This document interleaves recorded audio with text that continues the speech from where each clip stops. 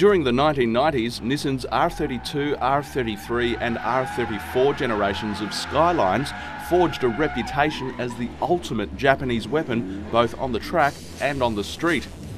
Easily modified turbocharged 6-cylinder engines, and in the case of the GTR versions, incredibly advanced all-wheel drive and four-wheel steering technology resulted in mind-blowing performance and handling, duping many drivers of average ability into thinking they were Michael Schumacher. The Skyline name all but became a cult brand name in its own right. But the Skyline story actually started well before the 1989 release of the R32. The very first generation was launched in 1952, and back then the Skyline range also included commercial versions. Well, almost 40 years later, the Skyline had evolved into this. Well, what do you think? Yes, it looks remarkably like the Nissan 350Z, and I reckon that's a compliment. The 350Z is a striking car, but the similarities don't stop there.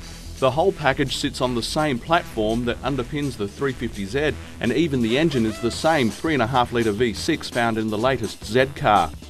Like all manufacturers, Nissan has also had to rationalise its range by basing a number of models on the same platform.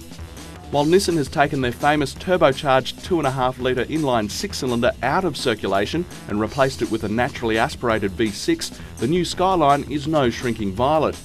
In stock form, it does get up and boogie, posting similar, if not slightly better, performance figures than the R34 GTT, even though the new car is carrying quite a few more kilos.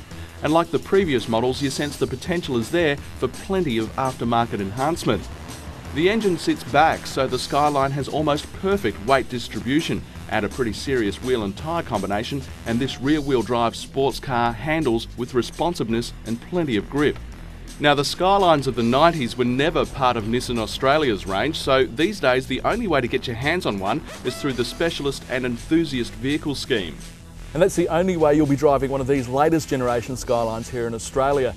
The road to compliance approval has been a long one, and it's only been in the last few months that you can get hold of one of these, usually through Japanese specialists such as autowholesale.com.au. Now, our drive car is the 6-speed manual, but you can go for the automatic if you'd prefer. Also available in the 11th generation Skyline range is the sedan, and as well as the 3.5 litre, smaller 2.5 and 3 litre V6s are options in the 4-door.